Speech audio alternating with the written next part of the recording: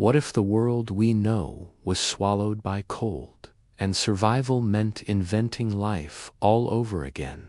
Would we endure as they once did? Imagine waking tomorrow to find that the world has forgotten how to be warm. The familiar hum of civilization has been replaced by the silence of falling snow, and the landscapes you once knew have transformed into something ancient and unforgiving. This is not a distant fantasy, but a memory embedded deep within our bones, a chapter of human existence that lasted not decades or centuries, but tens of thousands of years. We are the descendants of those who faced this reality and survived it, who looked into the face of an endless winter and chose to continue breathing. The last great ice age was not merely a shift in temperature, but a complete reimagining of what it meant to be human. Our ancestors walked across continents covered in ice sheets, thick as mountains, where the very air seemed to crystallize with each exhale. They lived through winters that stretched beyond memory, where the concept of spring became a myth whispered around flickering fires. Yet somehow, in ways we are only beginning to understand, they not only survived but evolved, developed, and dreamed their way through the longest night our species has ever known. What would it feel like to be among them, to wake each morning knowing that warmth was not a given but a gift earned through wisdom, cooperation, and an intimate understanding of a world that offered no mercy? They learned to read the language of ice, to find shelter in stone, to kindle fire from nothing, and to fashion tools from the bones of creatures that no longer walk the earth. They developed technologies we have forgotten, survival skills that make our modern innovations seem fragile and temporary.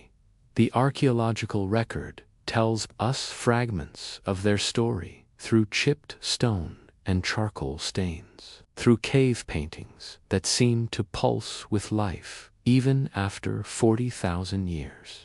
But between these artifacts lies an ocean of silence, countless generations whose names have been erased by time, whose individual struggles and triumphs have dissolved into the geological layers of deep time. Each fragment we uncover is like finding a single page from a vast library that has been scattered to the winds.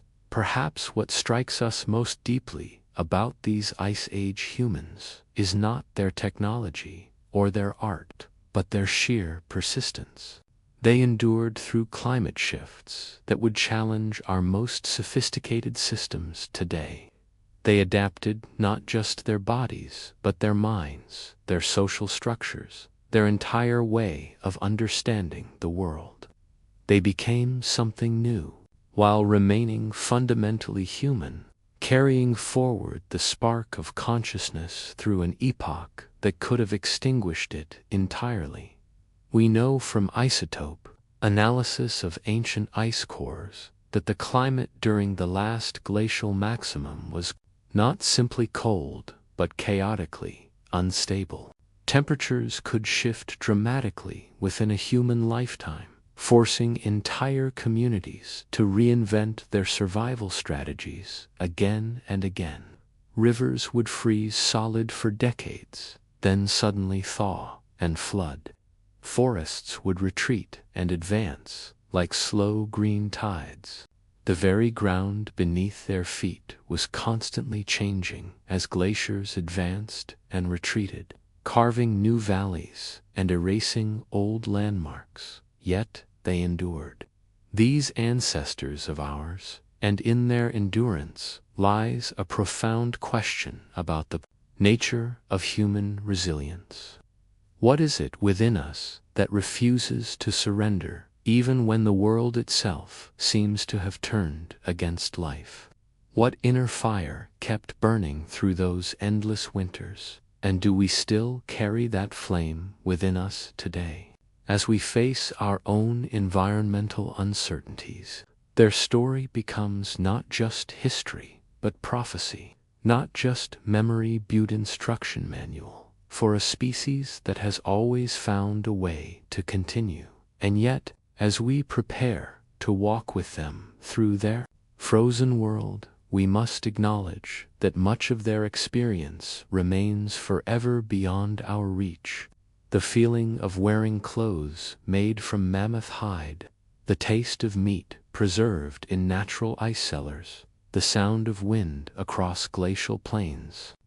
These sensations have vanished as completely as the ice sheets themselves. We can only imagine the weight of endless winter on the human spirit.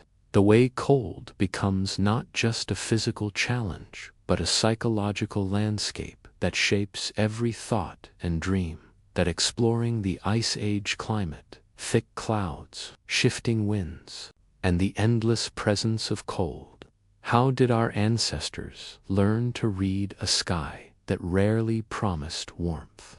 Above them stretched a sky that seemed to have forgotten how to smile.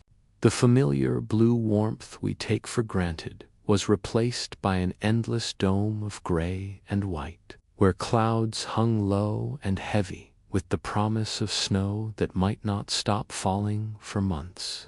This was not the romantic winter of our modern imagination, with its brief seasonal charm and predictable patterns. This was a sky that had settled into permanent melancholy, where the sun, when it appeared at all, cast a pale light that offered illumination without comfort. The atmospheric dynamics of the Ice Age created weather patterns unlike anything we experience today.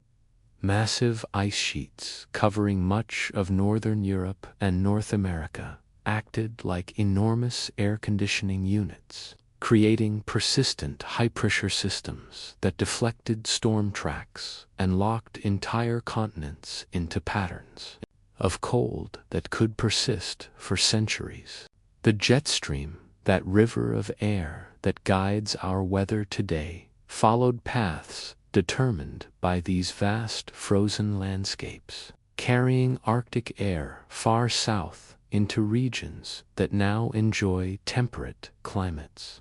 Our ancestors learned to read this alien sky with the sophistication that modern meteorology is only beginning to appreciate. They understood that certain cloud formations meant snow was coming that could last for weeks. They recognized the subtle color changes that indicated a brief warming period when hunting might be possible. They developed an intuitive understanding of wind patterns that could mean the difference between finding shelter and freezing to death in the open. Their survival depended on becoming weather prophets, reading atmospheric scripture, written in clouds and wind. The psychological impact of living under such a sky is difficult for us to fully comprehend. Imagine months passing without seeing the sun clearly, where day and night merged into a gray twilight that seemed to seep into the soul itself. Seasonal affective disorder, which troubles some of us during our brief modern winters, would have been a constant companion to Ice Age humans.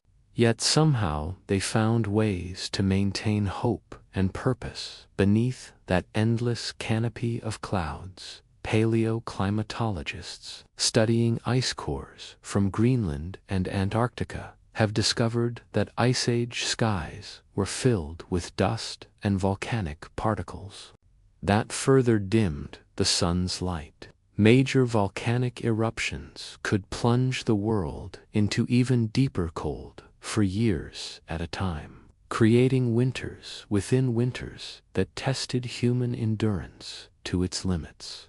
The sky itself became an adversary that had to be understood, negotiated with, and somehow survived. But perhaps most remarkably, our ancestors found beauty even in this harsh celestial dome. Cave paintings from the period show evidence that they noticed and recorded astronomical events, the movements of stars and planets that remained constant even as the earthbound world transformed around them. The aurora borealis, that dancing curtain of light, would have been more frequent and intense during the Ice Age, providing rare moments of spectacular beauty against the dark canvas of night. These celestial displays might have seemed like messages from another world, reminders that somewhere beyond the gray clouds, the universe continued its ancient dance. The very air they breathed was different from ours, containing higher concentrations of dust and different ratios of atmospheric gases. Carbon dioxide levels were significantly lower during glacial periods, which contributed to the cooling but also meant that plant life was less vigorous, creating a feedback loop that reinforced the cold. Every breath was a reminder of how fundamentally different their world was from the one we inhabit today. Yet, in learning to live beneath this alien sky, our ancestors developed capabilities we have largely lost. They became exquisitely sensitive to atmospheric pressure changes, able to predict weather shifts hours or even days in advance based on subtle cues we no longer notice. They learned to navigate by stars that were often obscured, developing an internal compass that could function even when the sky provided few landmarks. Their relationship with the atmosphere was not one of casual observation but of constant, vital communication. And in those rare moments when the clouds parted and the sun broke through, casting diamonds of light across the snow-covered landscape, they must have felt a joy so intense it burned like fire in their chests. These brief gifts of warmth and light took on a significance we can barely imagine, becoming sacred moments that sustained hope through the longest nights. The sky that seemed so hostile could also, occasionally, remember how to offer blessing. Caves, rock overhangs, and natural shelters became more than homes. They were wombs of survival. We imagine life inside the stillness of stone. In a world where the open air had become an enemy, stone offered salvation. The caves and rock shelters that dot the European and Asian landscapes became humanity's first true homes. Spaces carved not by human hands but by millions of years of water and wind and geological patience. These were not mere refuges from the cold, but sanctuaries where our species could gather itself, tend its fires, share its stories, and plan for survival that stretched beyond the next meal or the next storm. The limestone caves of France and Spain, where so many traces of Ice Age life have been preserved, formed over geological epochs as slightly acidic groundwater dissolved pathways through the rock. By the time our ancestors discovered them, these caves had achieved a kind of perfection as shelters deep enough to provide insulation from the outside world, high enough to allow smoke to rise and dissipate, with natural chambers that seemed designed for different aspects of human life. Some areas became workshops where stone tools were crafted. Others served as nurseries where children played in relative safety, and the deepest chambers became galleries for the art that still speaks to us across 40,000 years. The thermal properties of these stone shelters were crucial to survival. Rock has a high thermal mass, meaning it absorbs heat slowly but also releases it slowly, creating a natural temperature regulation system. A fire built in the entrance of a cave would warm the stone walls, which would then radiate that heat back into the living space for hours after the flames had died down. The constant temperature deep within caves, typically around 50 degrees Fahrenheit, represented tropical luxury compared to the sub-zero temperatures that could persist outside for months. But these shelters offered more than just physical protection. They created the first true human interiors, spaces where consciousness could turn inward and culture could develop in relative peace. The acoustics of caves amplified voices and sounds in unique ways, creating natural amphitheaters where stories could be shared, songs could be sung, and the oral traditions that bound communities together could flourish. The echoing quality of cave acoustics might have seemed magical to our ancestors, as if the stone itself was participating in their conversations, remembering their words. Archaeological evidence suggests that these cave communities developed sophisticated systems for organizing their living spaces. Different areas were designated for different activities. Tool-making generated sharp debris that needed to be contained. Food preparation required access to both fire and water. Sleeping areas were positioned for maximum warmth and minimum disturbance. The floors of these caves became palimpsests of human activity, with layer upon layer of ash, bone fragments, stone chips, and organic matter, creating a record of daily life that archaeologists can read like pages in a book. The psychological aspects of cave dwelling during the Ice Age are fascinating to contemplate.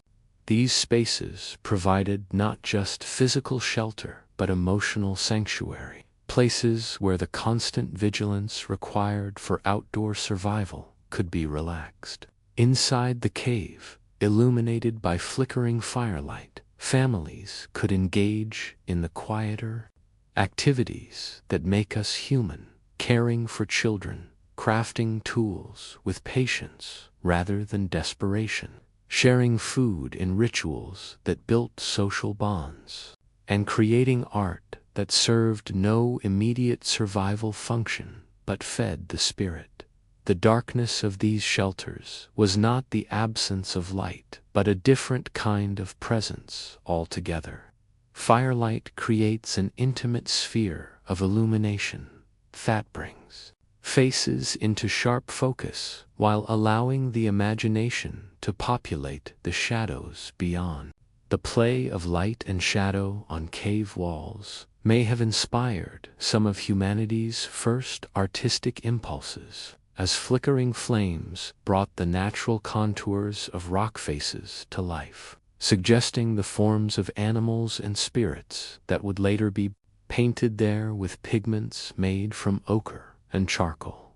Living in such close proximity to stone also taught our ancestors about deep time in ways we can barely comprehend. They could see the layers of sediment and rock formation that spoke of ages beyond human memory, touch fossils embedded in the cave walls that hinted at creatures from unimaginably distant pasts. This daily intimacy with geological time might have shaped their understanding of permanence and change, teaching them that even the hardest substances are subject to transformation. Given enough time, the silence within these stone shelters was different from any silence we know today. It was the profound quiet of spaces removed from wind and weather, where the only sounds were human breathing, whispered conversations, the soft scraping of stone tools being shaped, the crack and pop of fires. This silence was not empty, but full, pregnant with the concentrated presence of human consciousness, taking refuge from a hostile world. In this silence, thoughts could form and develop without the constant interruption of survival demands, allowing for the kind of reflection and planning that would eventually carry our species and symbol, a flicker of memory in the endless night. How did humans master its spark and guard it against the wind? Before there were cities, or agriculture, or written language, there was fire. Not just any fire, but the specific flames that burned in human hearths during the long night of the Ice Age. Flames that represented perhaps the most crucial technology our species has ever mastered. These were not the casual fires we kindled today for comfort or ambience, but flames that literally stood between life and death, between civilization and chaos, between the human future and extinction. Every spark was precious, every ember was guarded like treasure, and the knowledge of fire-making was passed down through generations like sacred scripture. The mastery of fire during the Ice Age involved far more than simply creating flame. Our ancestors had to become experts in fire ecology, understanding which materials would burn cleanly in enclosed spaces, which would produce the most heat with the least smoke, which could be gathered and stored for future use, and which combinations would create specific effects needed for different purposes. They learned that resinous woods created flames that helped waterproof hides, that certain bones burned with intense heat perfect for metalworking, and that different plants produced smoke with properties that could preserve meat or repel insects. The psychological relationship between ice-aged humans and fire was profound in ways we struggle to comprehend. Fire was alive in a way that distinguished it from every other tool they possessed. It consumed, it grew, it died, it could be nurtured back to life from seemingly dead embers. It demanded attention and care, like a member of the family, yet possessed a wild essence that could never be fully tamed.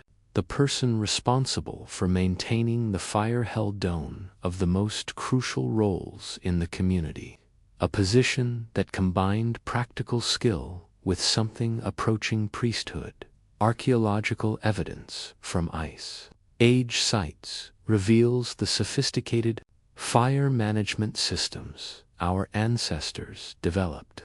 Carefully constructed hearths with stone reflectors to maximize heat distribution. Complex ventilation systems that drew fresh air while channeling smoke away from living spaces and underground. Fire pits that could burn for days while remaining hidden from predators or rival groups. They learned to bank fires so they would smolder safely through the night, maintaining just enough heat to be rekindled quickly in the morning without consuming precious fuel during the dark hours. The chemistry of fire-making without modern tools required an intimate understanding of materials science that put our ancestors on par with any modern engineer. They learned that certain types of flint, when struck at precise angles with iron pyrite, would produce sparks hot enough to ignite carefully prepared tinder. They discovered that fungal matter from specific trees, when properly processed and dried, would catch fire from the smallest spark and burn slowly enough to carry flame from place to place. They developed techniques for creating fire through friction, understanding the physics of heat generation through the rapid rotation of wooden drill bits in prepared sockets. Fire transformed not just the physical conditions of Ice Age life, but the temporal rhythms of human existence.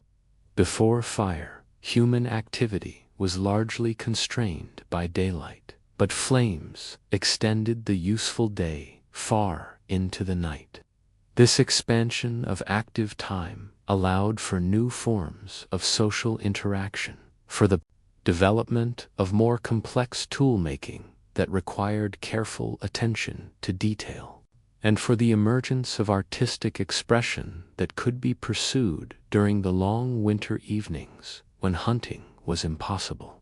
The social dynamics of fire management created some of the first complex hierarchies and cooperative systems in human societies. Someone had to stay awake to tend the fire during the night, creating the first work shifts. Someone had to gather and prepare fuel, requiring expeditions away from the safety of the shelter.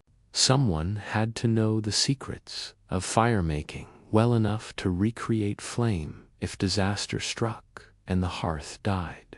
These roles required trust, cooperation, and the development of social systems that could coordinate individual efforts toward collective survival. Fire also served as humanity's first library and communication system. The hearth became the focal point where knowledge was shared, where the older members of the group could pass down crucial survival information to the younger generations. The steady light of flames made possible the first detailed examinations of tools, plants, and animal remains that contributed to the accumulation of practical knowledge. Stories told around fires became the repositories of cultural memory, preserving not just practical information, but the emotional and spiritual resources that kept communities bound together through the hardest times. Perhaps most remarkably, fire gave our ancestors their first real power over the environment, rather than simply forcing them to adapt to it. With fire, they could transform raw materials into cooked food that was easier to digest and safer to eat. They could shape wooden tools with precision, harden spear points to deadly sharpness, and even begin the earliest experiments with heating and shaping metal objects.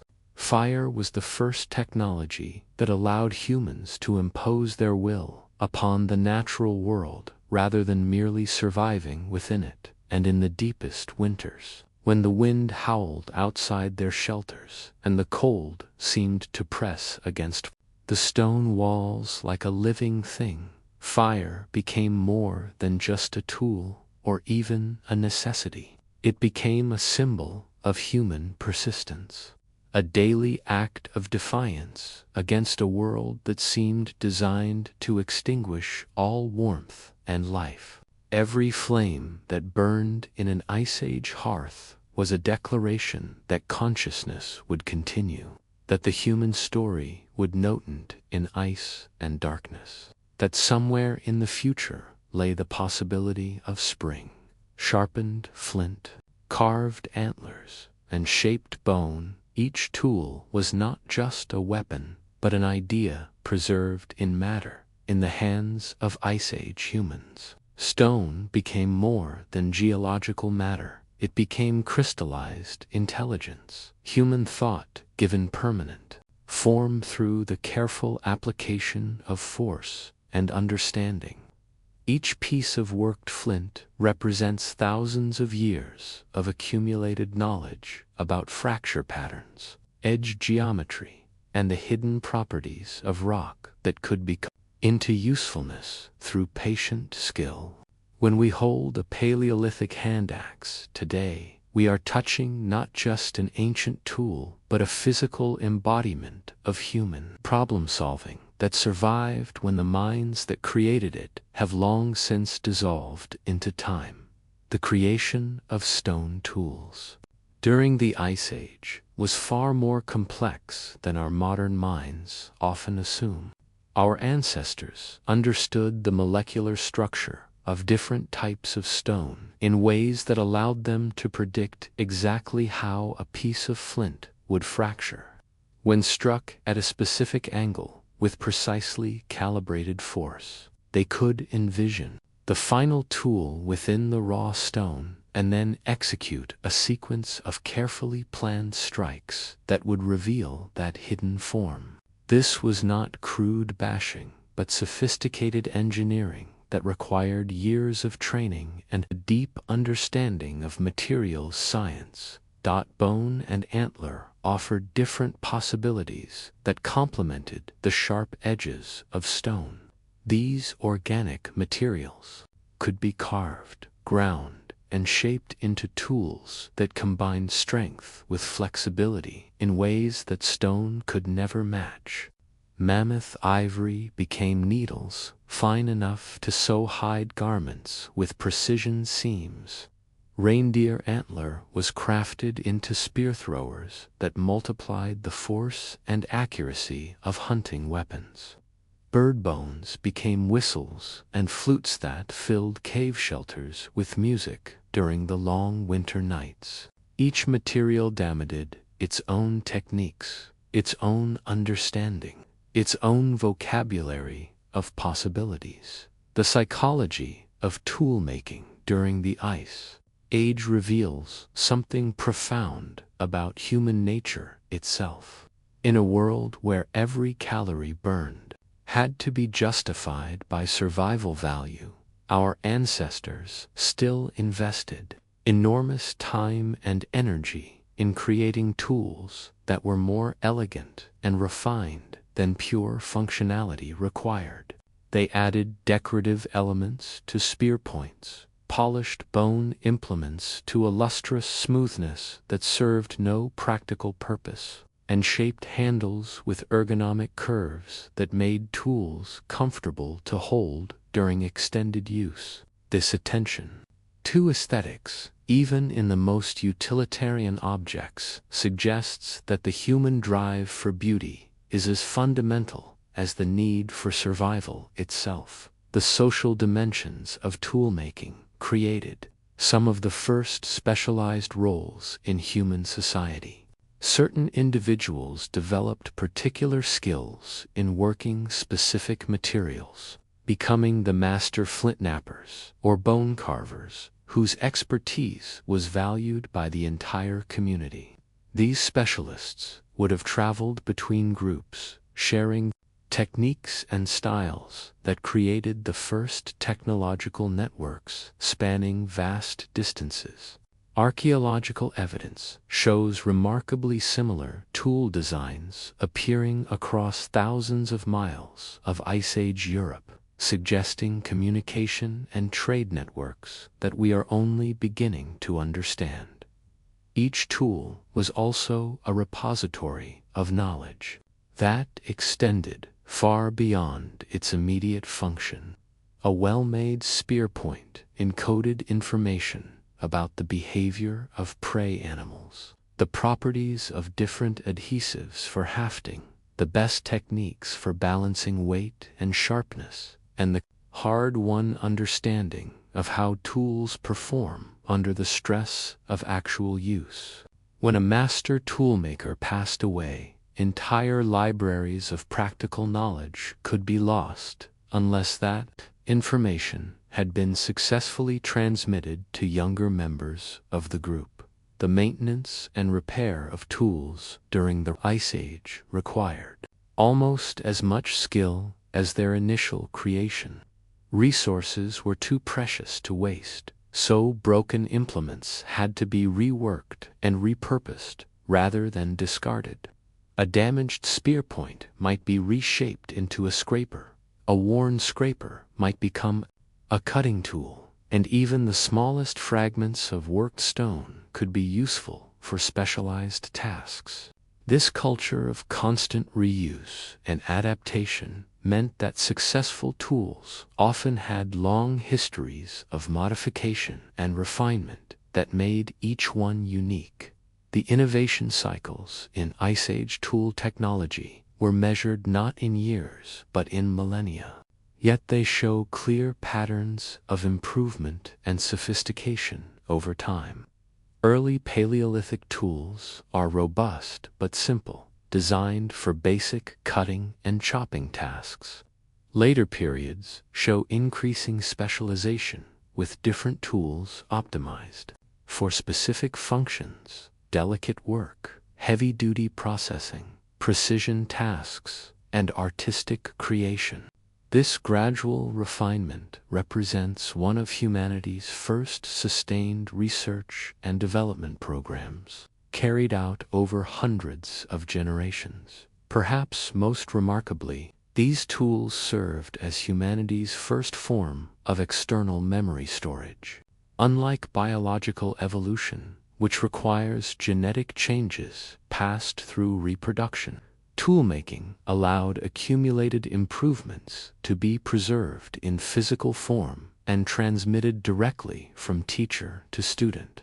Each refined technique, each subtle improvement in design, could be preserved indefinitely in the objects themselves, creating a technological inheritance that grew richer with each generation.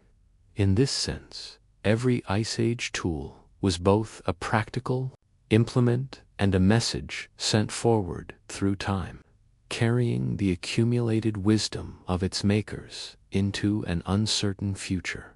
Mammoths, reindeer, and giant bison hunted not only for food but for survival itself. We follow the trails across ice-crusted plains, across the vast steppes of Ice Age Europe and Asia. The hunt was never simply about killing animals for food. It was a complex dance of survival that required our ancestors to become intimate students of animal behavior. Weather patterns, seasonal migrations, and the subtle signs written in tracks and scat across endless miles of frozen ground. Each successful hunt represented the culmination of knowledge accumulated over generations. The coordination of human groups working with precision that would challenge our most sophisticated military operations, and the courage to face creatures that could easily kill the hunters if any element of the plan went wrong. The mammoth, that iconic giant of the Ice Age, was not just prey, but a walking ecosystem that could supply almost every material need of a human community. A single mammoth provided not only thousands of pounds of meat that could feed a group for months, but also hide thick enough for winter clothing, bones strong enough for tool handles and shelter construction, ivory that could be carved into needles and artwork, and fat that could be rendered into fuel for lamps that burned through the polar night. The death of one mammoth could mean the survival of an entire human community through the harshest winter, but bringing down such a massive creature required hunting strategies that pushed Ice Age humans to develop some of their most sophisticated, cooperative behaviors. Archaeological evidence from mammoth kill sites suggests that these hunts involved coordinated groups of 20 or more individuals, carefully planned drives that could funnel the giant animals into natural traps like ravines, or boggy areas where their massive weight became a disadvantage. The hunters had to understand mammoth psychology well enough to predict how the animals would react to human pressure, which escape routes they would choose, and how to position themselves to guide the herd's movement without triggering a stampede that could scatter the animals across miles of tundra. Reindeer presented entirely different challenges that required different skills and strategies. These animals moved in vast herds across predictable migration routes, but their acute senses and speed meant that hunters had to approach with stealth and patience that could last for days. Ice Age humans learned to position themselves along migration corridors during the brief windows when thousands of reindeer would pass through narrow valleys or river crossings.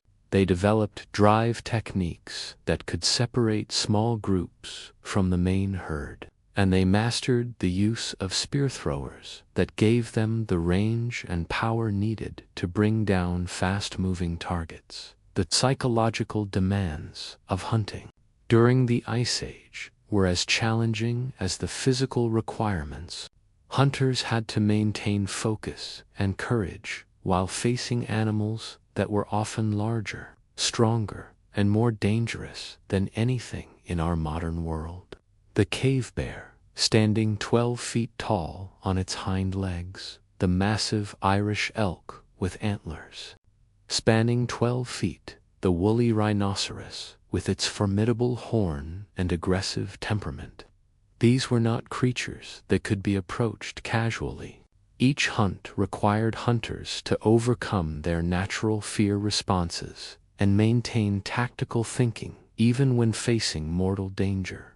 The seasonal rhythms of hunting created some of the first complex calendars in human culture. Our ancestors had to track not just the current locations of game animals, but their future movements based on weather patterns, food availability, and breeding cycles. They developed mental maps of vast territories that included not just the locations of good hunting grounds, but the timing of when different species would be available in different places.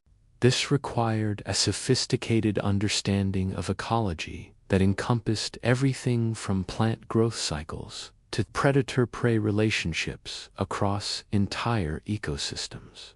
Hunting also drove the development of Ice Age. Humans' most advanced technologies, the atlatl or spear thrower, which multiplied the force and accuracy of thrown spears, required precise engineering to achieve the correct balance and leverage ratios. Composite spears that combine wooden shafts with bone or ivory points, and carefully designed hafting systems represented some of the most sophisticated weapons technology of the ancient world. Even the coordination of hunting groups required the development of communication systems, hand signals, vocal calls, and strategic positioning that laid the groundwork for more complex forms of human cooperation. The ethical dimensions of Ice Age hunting were profoundly different from our modern relationship with animals. These hunters lived in daily intimacy with the creatures they killed, understanding their behavior, their needs, their family structures, and their individual personalities. The taking of life was never casual, but always carried the weight of necessity, balanced against respect. Archaeological evidence suggests that Ice Age communities developed rituals around hunting that honored the spirits of the animals they killed and acknowledged the debt they owed to the creatures whose deaths made human survival possible. And in the aftermath of successful hunts came the enormous challenges of processing and preserving massive quantities of meat in sub-zero temperatures. Our ancestors developed techniques for butchering that maximized the use of every part of the animal, methods for preserving meat in natural ice cellars, and systems for distributing food that strengthened social bonds and ensured that the risks and rewards of hunting were shared throughout the community. The hunt was never just about the moment of killing, but about all the complex social and technical systems that surrounded that climactic event, making it possible and meaningful within the larger context of Ice Age human survival. Animal hides stitched with bone needles became the first barrier against extinction. Every garment told a story of life taken and life saved. The moment our ancestors first wrapped themselves in the hide of another creature marked one of the most profound technological leaps in human history, a transformation that was simultaneously practical and deeply symbolic. This was not merely the adoption of clothing, but the creation of artificial skin that allowed humans to venture far beyond the climatic zones where their naked bodies could survive. Every hide garment represented a complex negotiation between human needs and animal sacrifice, between the cold reality of survival and the emerging human capacity for transforming raw materials into sophisticated protective systems. The process of creating clothing during the Ice Age required mastering an entire sequence of technical skills that pushed human ingenuity to its limits. Fresh hides had to be carefully removed from animal carcasses without damage, then cleaned of fat and tissue through laborious scraping processes that could take days of continuous work. The hides then needed to be treated with natural materials, animal brains, plant tannins, or specialized clays that would prevent rotting and maintain flexibility even in sub-zero temperatures. Each step required precise timing and technique, developed through generations of trial and error. Archaeological evidence from Ice Age sites reveals that our ancestors developed remarkably sophisticated tailoring techniques using tools as simple as bone needles and plant fiber threads. They understood the principles of garment construction that would not be rediscovered until much later periods of human history. How to cut curved seams that would follow the contours of the human body. How to create overlapping layers that trapped insulating air while allowing moisture to escape. And how to design closures that could be operated with numbfingers in extreme cold. Their winter clothing was not crude wrapping but engineered protection that rivaled modern Arctic gear in its effectiveness.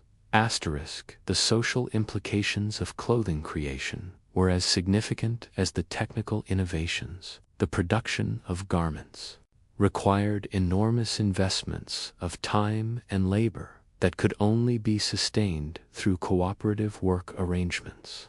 While some members of the group hunted or gathered fuel, others had to dedicate themselves to the time-consuming processes of hide preparation and sewing.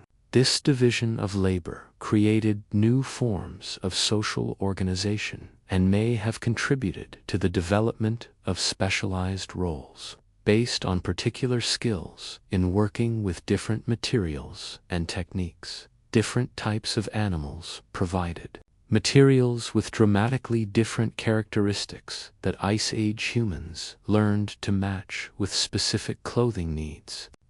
Mammoth hide was thick and nearly waterproof, but heavy and stiff, making it ideal for outer garments that would repel wind and moisture. Reindeer fur provided excellent insulation while remaining relatively lightweight and flexible. Fox and Arctic hare fur was soft enough for undergarments and hat linings.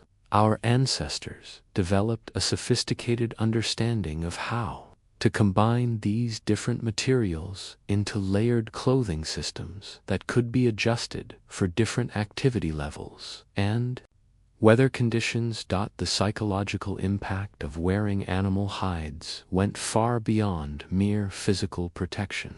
These garments created an intimate, constant connection between humans and the creatures whose lives had been taken to make survival possible. Every piece of clothing carried the memory of a specific hunt, a particular animal, a moment when human skill and animal sacrifice intersected to make continued existence possible. This relationship between hunter and prey, between human need and animal death, was made tangible and unavoidable through the daily experience of wearing fur and hide. The decoration of Ice Age clothing reveals that even in the most desperate circumstances, humans retained their drive for beauty and individual expression. Archaeological finds include evidence of garments decorated with carved bone buttons, painted designs, and even primitive forms of embroidery using colored plant fibers. These decorative elements served no survival function but fulfilled some deeper human need for personal adornment and artistic expression, even when every calorie had to be justified by survival value.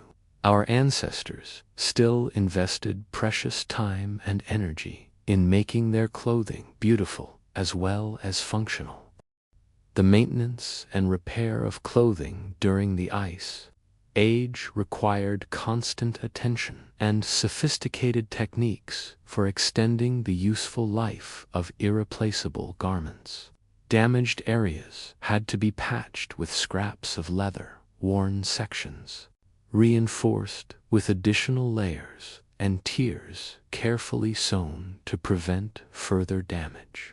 The skills required for clothing maintenance were as complex as those needed for initial construction, and the loss of a crucial garment during winter could literally mean the difference between life and death. Clothing also served as one of humanity's first forms of portable technology, creating microenvironments that could be carried anywhere humans traveled. Unlike shelters, which tied communities to specific locations, clothing allowed Ice Age humans to venture across vast distances while maintaining the controlled conditions necessary for survival. This mobility was crucial during periods when climate changes forced entire populations to migrate in search of more favorable conditions, or following animal herds across continental distances. And perhaps most remarkably, the tradition of clothing that began during the Ice Age created humanity's first truly sustainable technology. Unlike stone tools, which could chip and break, or fire, which had to be constantly maintained, well-made clothing could last for years, while actually improving with use as the materials softened and conformed to the wearer's body.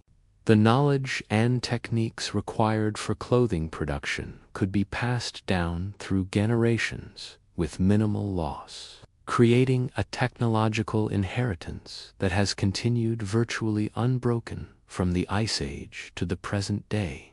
We explore the bonds of small groups, how whispers and songs carried meaning when survival depended on unity. In the flickering light of Ice Age hearths, human society was born not through grand declarations or formal institutions, but through the quiet intimacy of small groups gathering around shared flames. These were not yet tribes or clans in any organized sense, but something more fundamental: extended families bound together by blood, necessity, and the simple recognition that survival was impossible alone. The firelight that illuminated their faces each evening also illuminated the first experiments in human cooperation, the tentative beginnings of the social bonds that would eventually grow into civilization itself. The typical Ice Age family group probably numbered between 15 and 30 individuals, large enough to provide the diverse skills needed for survival, small enough to move efficiently and make decisions through consensus rather than formal hierarchy. These groups were marvels of human organization, combining the flexibility needed to adapt to changing conditions with the stability required to pass knowledge and traditions from one generation to the next. Every member, from the youngest child to the eldest adult, had roles and responsibilities that contributed to the group's survival, creating a social fabric where individual welfare and collective success were inseparably intertwined. The languages that developed around these Ice Age fires were unlike any we speak today, shaped by the immediate demands of survival, communication, and the intimate scale of small group interaction. These were not languages of abstract philosophy or complex narrative, but vocabularies precisely adapted to the world of ice and stone, with dozens of words for different types of snow, specific terms for the behavioral patterns of prey animals, and elaborate descriptive systems for weather conditions that could mean the difference between life and death. Every word carried the weight of practical necessity. Every phrase had been tested against the harsh reality of Ice Age existence. The role of children in these firelight communities was both protected and integral in ways that modern societies struggle to balance.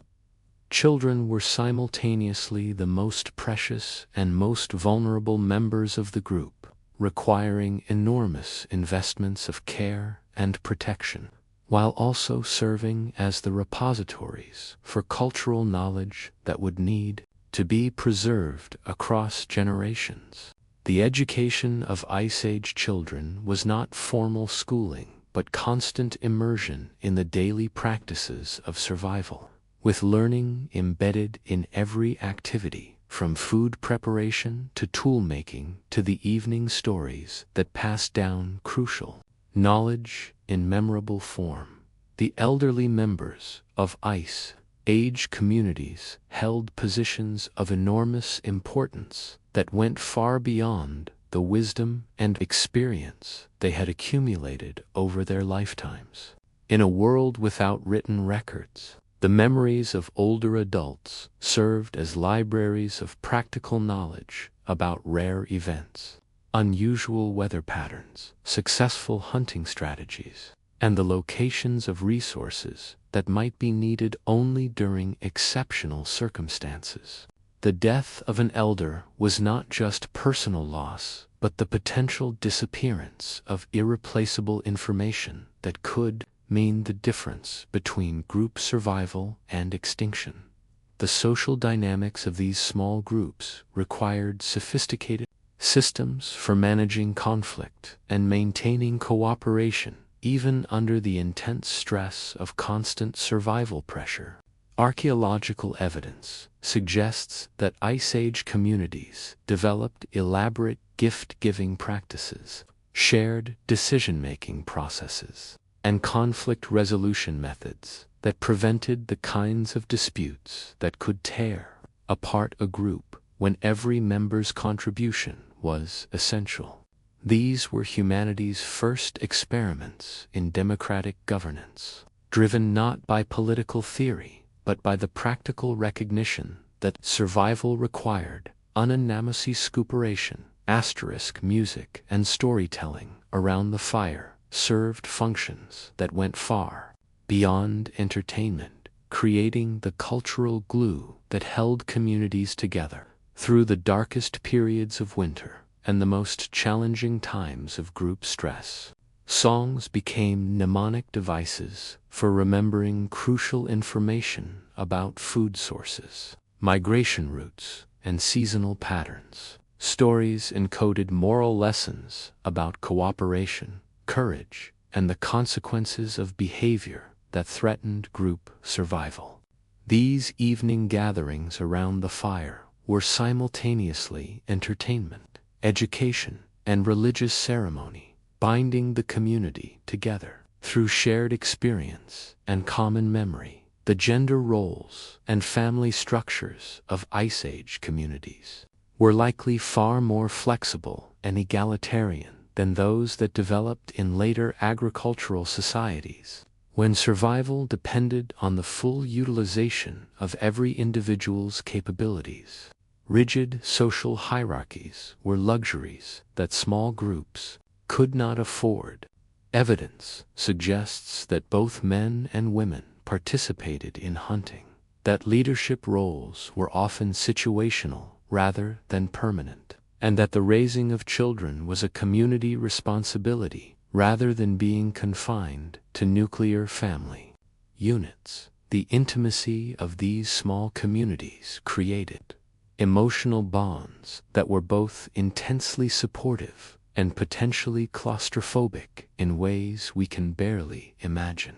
Every member knew every other member with a completeness that encompassed not just personality and preferences, but also capabilities, limitations, and the subtle signs that might indicate illness, depression, or other conditions that could threaten individual and group survival.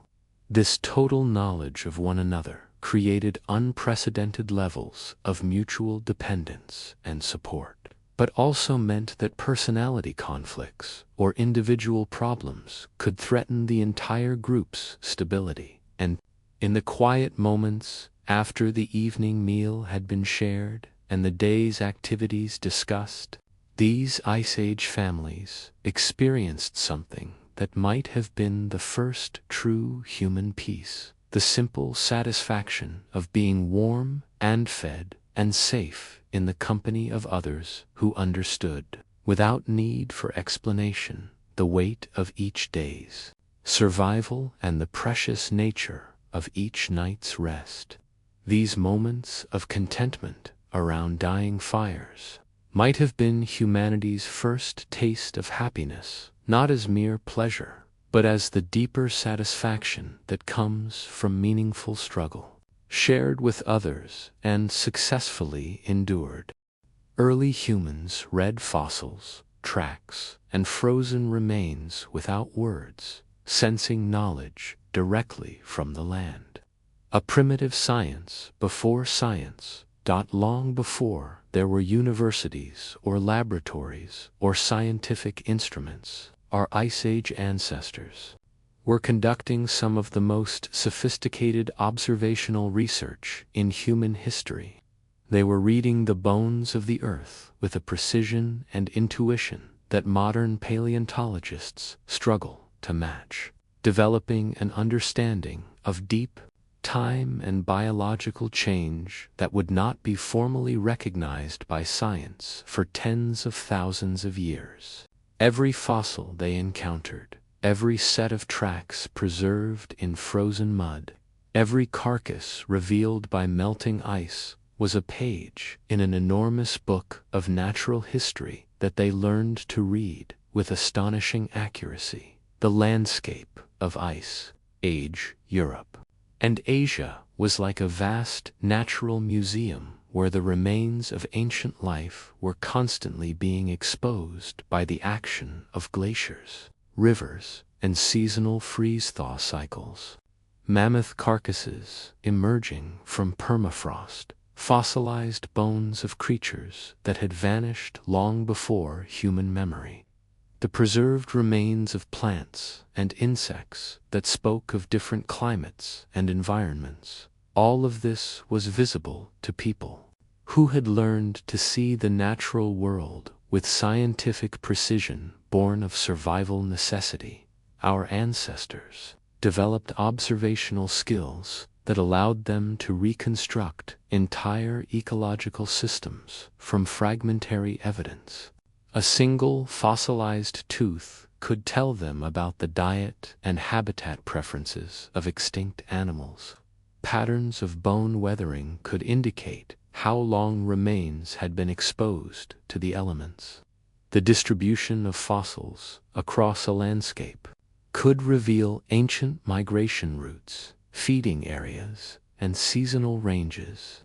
They learned to read theological story written in sediment layers, understanding which types of deposits indicated ancient lake beds, river channels, or areas that had been covered by ice. The practical applications of this paleontological knowledge were directly related to survival strategies that required understanding animal behavior across deep timescales. By studying the fossilized remains of extinct species alongside the bones of contemporary animals, ice-aged humans could identify which ecological niches remained unfilled, which food sources might be available in different seasons, and which areas were likely to support the kinds of large game that their communities needed for survival. They were conducting comparative anatomy research driven not by curiosity, but by the immediate need to predict where food could be found. The psychological impact of this daily encounter with deep time was profound in ways we can only imagine. Our ancestors lived in constant contact with evidence that the world had not always been as they found it, that entire species of gigantic animals had once walked the earth and then vanished, that the very landscape itself was subject to changes that operated on timescales beyond human comprehension. This awareness of impermanence and change might have shaped their entire worldview, creating a philosophical framework that accepted transformation as the fundamental nature of existence. Ice Age humans also became experts in the forensic analysis of death, developing sophisticated techniques for determining how animals had died, how long they had been dead, and whether their remains were safe to use for food or materials. They learned to distinguish between animals that had died of disease, predation, accidents, or old age, understanding that each cause of death had implications for the safety and usefulness of the carcass. They could read the story of an animal's death from the pattern of broken bones, the distribution of remains, and the condition of soft tissues. The tracking skills that Ice Age humans developed went far beyond simply following fresh footprints to locate living animals. They became experts in reading the historical record written in layers of tracks, scat, feeding signs, and territorial markings that could reveal the long-term patterns of animal behavior across entire territories. They learned to interpret partial tracks in difficult terrain, to age tracks based on weathering patterns, and to reconstruct the speed, direction, and even emotional state of animals from subtle details in their foot placement and stride length. The preservation conditions of the Ice Age meant that organic materials lasted far longer than they would in warmer climates, creating opportunities for our ancestors to study detailed evidence of past ecosystems. Frozen carcasses could preserve not just bones, but skin, hair, stomach contents, and other soft tissues that revealed information about diet, health, and behavior that would normally be lost within days of death. These naturally preserved specimens allowed Ice Age humans to conduct detailed anatomical studies that provided crucial information about the internal structure and physiology of the animals they hunted. The knowledge systems that developed from this constant engagement with paleontological evidence were passed down through generations in forms that combined practical information with spiritual and cultural meaning. Fossil discoveries were incorporated into origin stories and mythological frameworks that helped preserve crucial ecological knowledge while also providing emotional and psychological resources for communities facing the daily challenges of survival.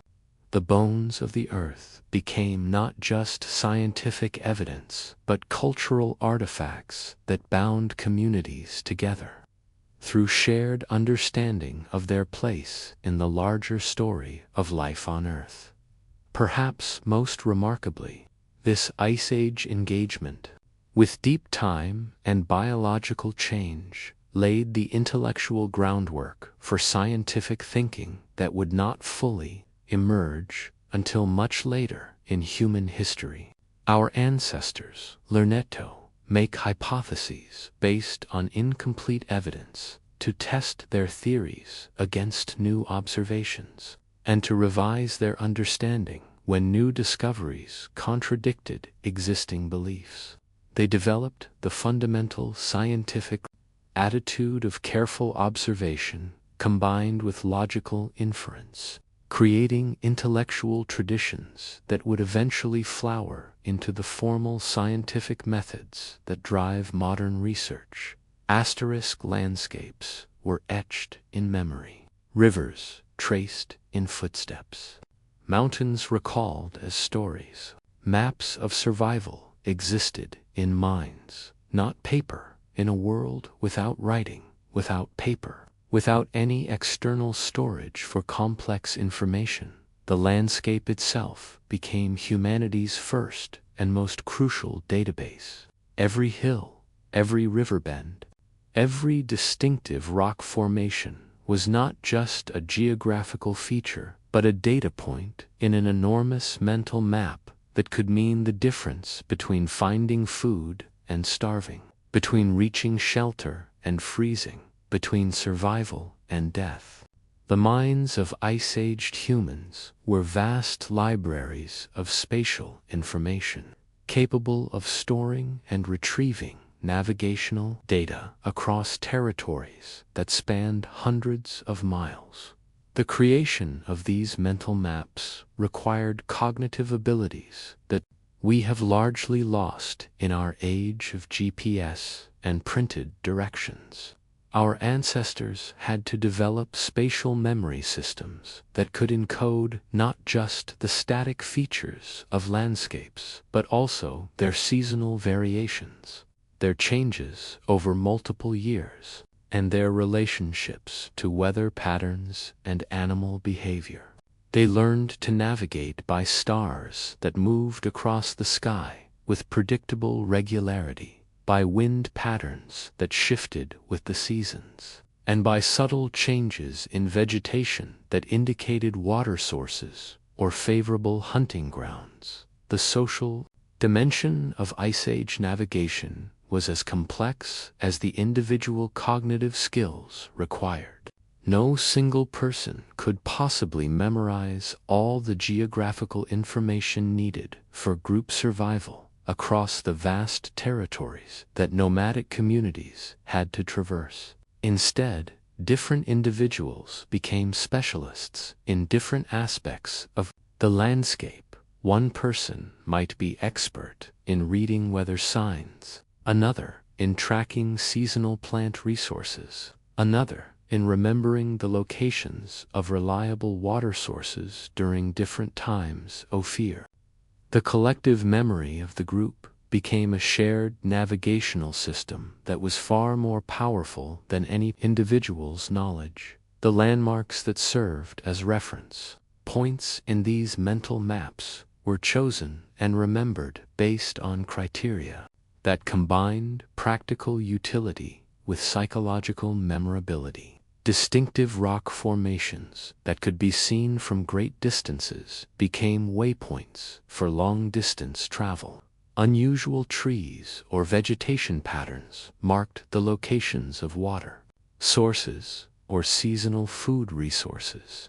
The bones of large animals, arranged in patterns that would persist for years, served as trail markers that could guide future expeditions to successful hunting grounds or safe shelter sites. The temporal dimension of Ice Age mental mapping was perhaps even more sophisticated than the spatial elements. Our ancestors had to remember not just where things were located, but when they would be available, accessible, or safe to approach. A river crossing that was safe during summer low water might be impassable during spring floods. A mountain pass that provided efficient travel during mild weather could become a death trap when storms struck. Food sources that were abundant during certain seasons might be completely absent at other times of year. These mental maps had to encode time as well as space, creating four-dimensional navigational systems of remarkable complexity. The stories and songs that preserved geographical knowledge served functions that went far beyond simple information storage. By embedding navigational data in narrative frameworks, Ice Age humans created memory systems that were both more reliable and more engaging than bare factual recitation. A story about a heroic hunt could preserve crucial information about animal migration routes and seasonal behavior patterns. A song about a dangerous journey could encode warnings about hazardous terrain and the locations of reliable shelter sites.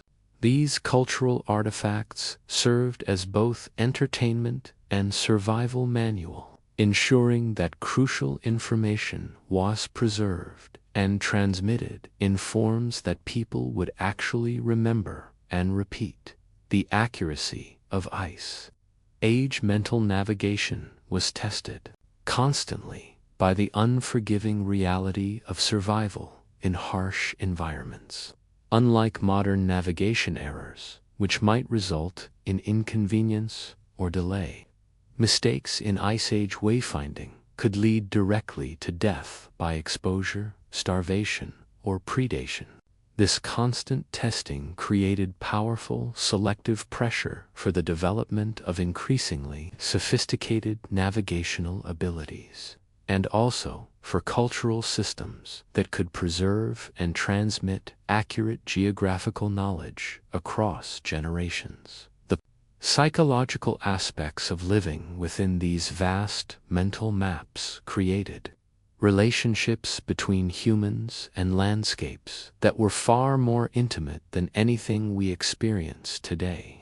Every feature of the environment was known personally, had been approached and examined and understood through direct experience rather than abstract representation. Hills and valleys were not just geographical features, but familiar presences with individual characteristics and seasonal moods. Rivers were not just water sources, but dynamic entities with personalities that changed with weather and season.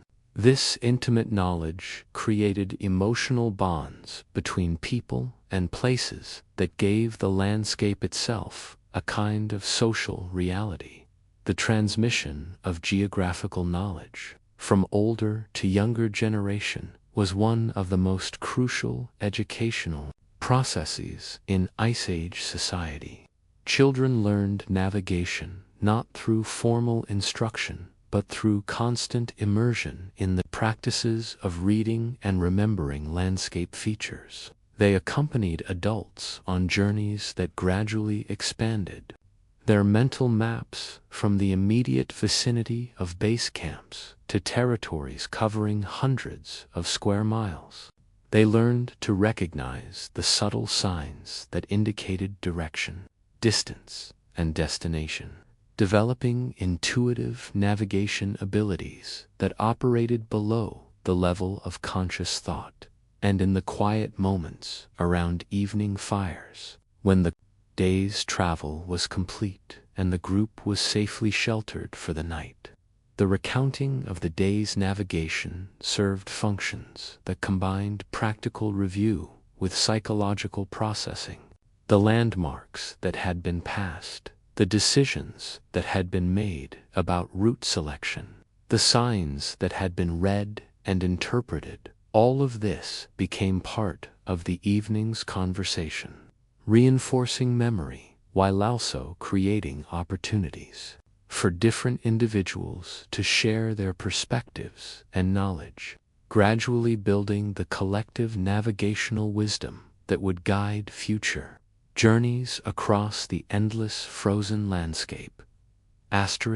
Cave paintings, handprints, and carved figurines were more than art. They were declarations of presence, proof against forgetting. Deep within the limestone caves of France and Spain, by the flickering light of animal fat lamps, our Ice Age ancestors created some of the most moving and mysterious artworks in human history. These were not casual decorations or idle entertainment created during moments of leisure, but profound expressions of consciousness confronting its own mortality, declarations of human presence that would outlast the lives of their creators by tens of thousands of years. Every painted bison, every carved figurine, every handprint pressed against stone walls was an act of defiance against the forces that threatened to erase human existence from the earth entirely. The technical sophistication of Ice Age art reveals cognitive abilities and cultural knowledge that challenge our assumptions about prehistoric human capabilities. The pigments used in cave paintings were not simple natural colors, but complex chemical preparations that required understanding of mineral properties, mixing techniques, and preservation methods. Red ochre was processed and refined to create different shades and textures. Charcoal was prepared from specific types of wood to achieve the desired consistency and color intensity. Some paintings show evidence of sophisticated techniques like shading, perspective, and the use of natural rock contours to create three-dimensional effects that bring the painted animals to life in the dancing light of fires. The choice of subjects. For Ice Age, art reflects a deep understanding of the natural world that went far beyond mere artistic interest. The animals depicted most frequently in cave paintings, mammoths, bison, horses, reindeer, were not necessarily the species most commonly hunted for food, but rather the creaturist held the most profound psychological and spiritual significance. For Ice Age communities, these paintings served as more than decorative elements. They were attempts to capture and preserve the essential spirit of animals whose survival was intimately connected with human survival, creating a kind of magical insurance against the disappearance of crucial species. The locations chosen for cave art were not random, but reflected sophisticated understanding of both acoustic and visual properties that would enhance the power and meaning of the artistic experience. Many decorated caves have remarkable acoustic properties that amplify and modify human voices in ways that would have seemed magical to Ice Age visitors. The paintings are often located in chambers that are difficult to reach, requiring crawling through narrow passages or climbing over dangerous obstacles, suggesting that the act of viewing the art was intended to be a transformative journey rather than casual observation. Asterisk. The handprints that appear in cave sites across Europe represent perhaps the most personally moving elements of Ice Age art. Direct contact between ancient hands and modern viewers across an almost incomprehensible span of time. These were not decorative elements but signatures of individual existence, proof that specific people had stood in these exact locations and pressed their living flesh against the cold stone walls. Each handprint was a declaration: I was here, I existed, I mattered. The preservation of these intimate traces of human presence creates an emotional connection across 40,000 years that no other form of archaeological EVs can match. The portable art objects created during the Ice Age, carved figurines, decorated tools, engraved bones, revealed that artistic expression was not confined to cave sites, but was integrated into the daily life of nomadic communities. These small sculptures and decorated implements had to be light enough to carry during constant migrations. Yet their creation required enormous investments of time and skill that could only be justified by deep cultural significance. The famous Venus figurines, with their exaggerated feminine forms, might have served as fertility symbols, goddess figures, or simply as affirmations of the human body's capacity to create and sustain life, even in the harshest circumstances. Asterisk. The Social aspects of Ice Age art creation suggest that these works were not produced by isolated individual artists, but through community processes that involved entire groups in the planning, creation, and ritual use of artistic works. The scale and complexity of some cave painting projects would have required multiple individuals working over extended periods, with some people responsible for pigment preparation, others for the actual painting, and still others for maintaining the lights and fires that made detailed work possible in the deep cave chambers. This collaborative approach to art creation strengthened social bonds while also ensuring that artistic knowledge and techniques were shared widely within communities. The preservation of Ice Age art across tens of thousands of years was not accidental, but reflected deliberate choices about materials, techniques, and locations that were designed to ensure longevity. The artists understood which pigments would remain stable over time, which types of rock surfaces would best hold painted images, and which cave environments would protect their work from weathering and destruction.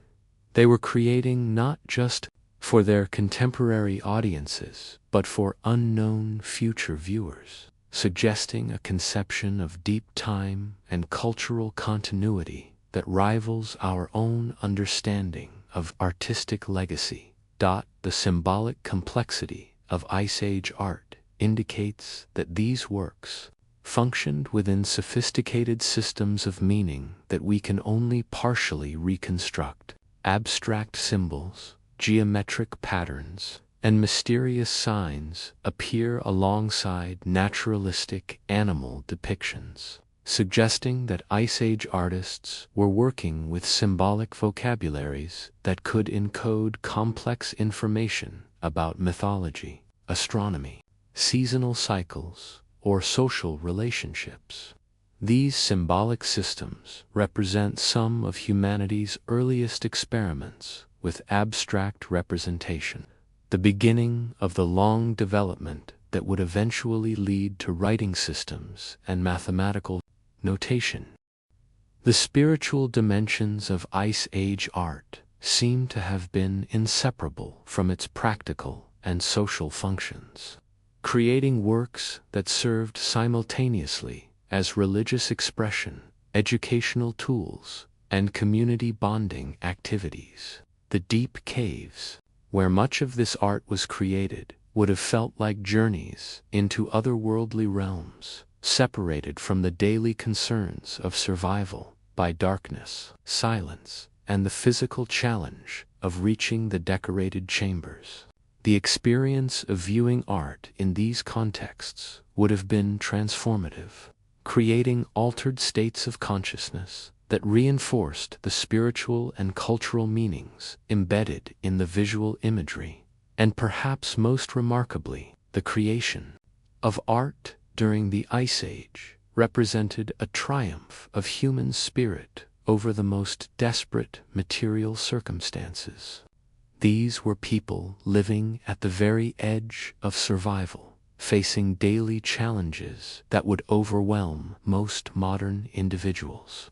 Yet they still found the time, energy, and inspiration to create works of beauty that continue to move viewers 40,000 years later. Their art stands as proof that the drive for aesthetic expression and symbolic meaning is as fundamental to human nature as the need for food, shelter, and safety, that we are creatures who must create beauty even when creation itself seems impossible. The environment sculpted not only bodies but thoughts. Did the long winters sharpen memory, patience, and imagination?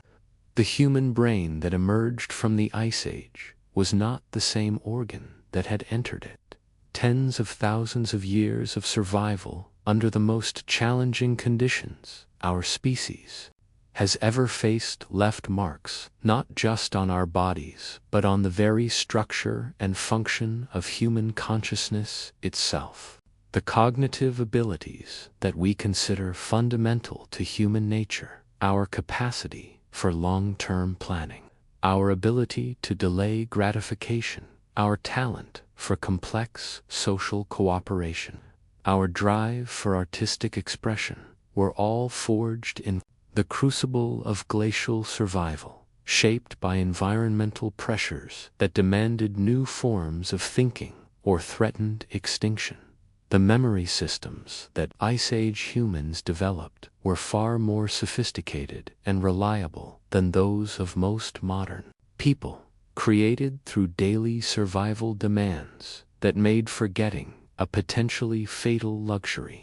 They had to remember not just where food sources were located, but when they would be available, not just which plants were edible, but how to process them safely, not just which animals were dangerous, but how their behavior changed with seasons and weather conditions. This constant exercise of memory under life-or-death conditions created cognitive abilities that operated with precision and reliability that we can barely imagine. The capacity for patience that Ice Age survival required fundamentally altered human psychology in ways that still influence us today. Our ancestors had to learn to endure months of winter inactivity without succumbing to despair or destructive behavior. They had to develop the mental discipline to maintain tools and equipment during periods when their immediate use was not required. They had to invest enormous amounts of time in activities like hide preparation or tool making that would only pay off weeks or months in the future. This cultivation of patience and long-term thinking created psychological frameworks that made possible all later human achievements in agriculture, technology, and civilization. The social cognition abilities that developed during the Ice Age were equally remarkable, shaped by the requirement that small groups of humans cooperate with unprecedented levels of trust and coordination. Survival depended on the ability to read subtle emotional and psychological states in other group members, to predict their behavior under stress, and to coordinate complex activities without formal communication systems. Ice Age humans became experts in human psychology through necessity, developing intuitive understanding of motivation, personality, and group dynamics that enabled the kind of cooperation that made survival possible. The imagination and creativity that flourished during the Ice Age might seem paradoxical given the harsh material conditions, but these mental abilities were actually crucial survival tools rather than luxuries. The ability to envision solutions to problems that had never been encountered before, to imagine new uses for available materials, to conceive of alternative strategies when established methods failed. These creative cognitive abilities were as essential for survival as physical strength or technical skill.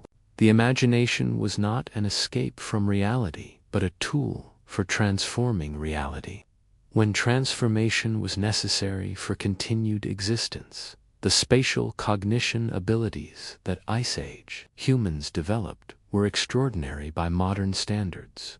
Shaped by the need to navigate across vast territories without external reference systems, they learned to create detailed, three-dimensional mental maps that could be rotated, scaled, and updated based on new information. They developed the ability to estimate distances and directions with remarkable accuracy, to remember complex route information over extended periods, and to find their way across landscapes that change dramatically with seasons and weather. These spatial abilities were so well developed that they influenced the development of language, mathematics, and abstract thinking in ways that we are still discovering. The problem-solving abilities that emerged during the Ice Age were characterized by a combination of systematic analysis and creative intuition that modern cognitive science is only beginning to understand. Our ancestors learned to break complex survival challenges into manageable components, while also maintaining awareness of how those components interacted within larger systems. They developed debugging skills that allowed them to identify the weak points in their survival strategies and modify them before failure became fatal. They learned to think both analytically and holistically, combining logical reasoning with pattern recognition in ways that enabled rapid response to novel situations. The emotional regulation abilities that Ice Age survival required created psychological resilience that went far beyond simple toughness or stoicism. Our ancestors had to learn to maintain hope and motivation through months of hardship, while also remaining realistic about dangers and limitations. They had to develop the ability to experience fear without being paralyzed by it, to grieve losses without being incapacitated by grief, and to celebrate successes without becoming overconfident. This emotional intelligence was as crucial for survival as any technical skill, and it created psychological frameworks that continue to influence human behavior today. The learning abilities that developed during the Ice Age were shaped by the recognition that knowledge was literally a matter of life and death, creating cognitive systems optimized for rapid acquisition and long-term retention of crucial information.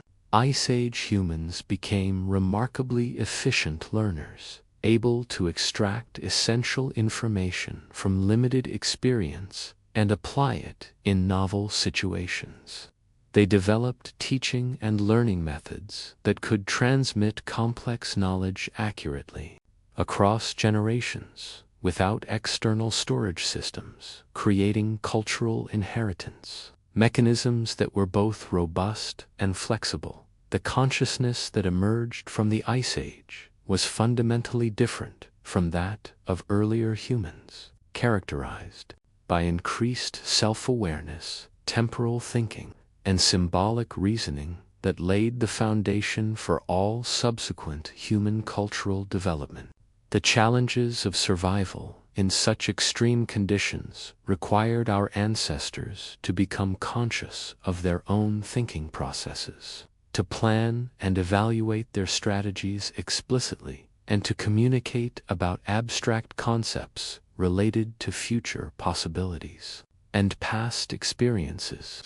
This metacognitive awareness, thinking about thinking, was perhaps the most important cognitive development of the Ice Age period, and in the long winter nights around Ice Age fires, when survival tasks were complete and the group gathered in the safety of their shelters, these newly evolved cognitive abilities found expression in the first truly human conversations, discussions that ranged beyond immediate practical concerns to encompass questions about meaning, purpose, and the nature of existence itself. The ice had not only shaped their minds, but awakened them to possibilities that would eventually transform the entire planet.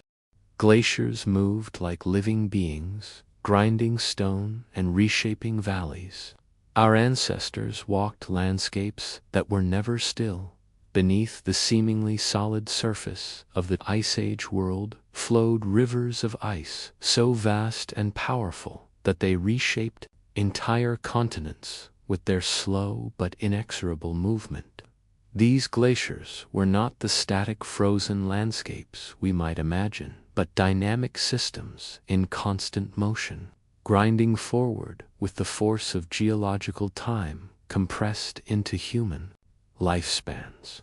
Our ancestors lived not on solid ground, but on the skin of a world that was constantly transforming beneath their feet, where valleys were carved and mountains leveled by ice flows that moved with the patience of eternity but the power of gods. The mechanics of glacial movement were visible to Ice Age humans in ways that required them to develop an understanding of deep geological processes that would not be formally recognized by science for thousands of years.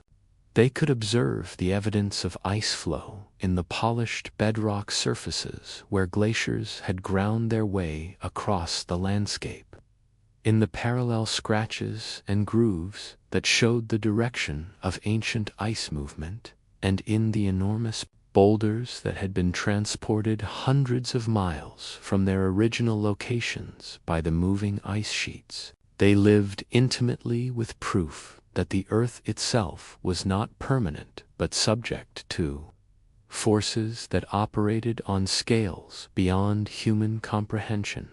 The sounds of glacial movement created an acoustic environment unlike anything we experience today, filling the Ice Age world with the constant background noise of geological transformation. Our ancestors would have heard the grinding and cracking of ice under pressure, the rumble of rockfalls triggered by glacial undercutting, and the explosive reports of ice sheets fracturing under their own weight. These sounds were not just environmental noise but crucial information about the stability and safety of the landscape, warning signs that could indicate when it was safe to travel across ice surfaces and when retreat to safer ground was necessary. The seasonal dynamics of glacial systems created opportunities and dangers that Ice Age humans had to learn to predict and exploit. Summer meltwaters created temporary rivers and lakes that provided access to resources but could also trap unwary travelers. Winter freeze cycles could create bridges across crevasse fields that would be impassable during warmer periods. The advancing and retreating edges of ice sheets exposed new territories for exploration, while simultaneously destroying established campsites and resource areas. Living successfully in this environment required understanding glacier behavior with the precision of modern glacies. The landscape features created by glacial action provided both opportunities and challenges for human survival that shaped every aspect of Ice Age life. Glacially carved valleys created natural corridors for travel and migration, but could also become death traps when ice dams failed and released catastrophic floods. Moraines, the rock debris pushed along by advancing glaciers, created elevated areas that provided good drainage and defensive positions, but were often unstable and prone to sudden collapse. Glacial lakes provided water sources and fishing opportunities, but could disappear overnight. When ice dams breached, the materials made available by glacial action were crucial resources for Ice Age technology and survival. Glaciers transported high-quality stone materials across vast distances, creating tool-making opportunities in regions that would otherwise lack suitable raw materials. The grinding action of ice sheets exposed mineral deposits and fossil beds that provided both practical resources and the paleontological evidence that Ice Age humans learned to read so skillfully. Glacial debris fields were sources of construction materials for shelters and hearths, providing ready-made stones in sizes and shapes that would have been difficult to obtain otherwise. The psychological impact of living in a landscape of constant but imperceptible change was profound in ways we can only imagine. Our ancestors had to develop a mental framework that could accommodate the reality that the very ground they walked on was temporary, that familiar landmarks could be erased by advancing ice or revealed by retreating glaciers. This awareness of impermanence might have contributed to the development of philosophical and spiritual perspectives that emphasized adaptation, acceptance of change, and the temporary nature of all material circumstances.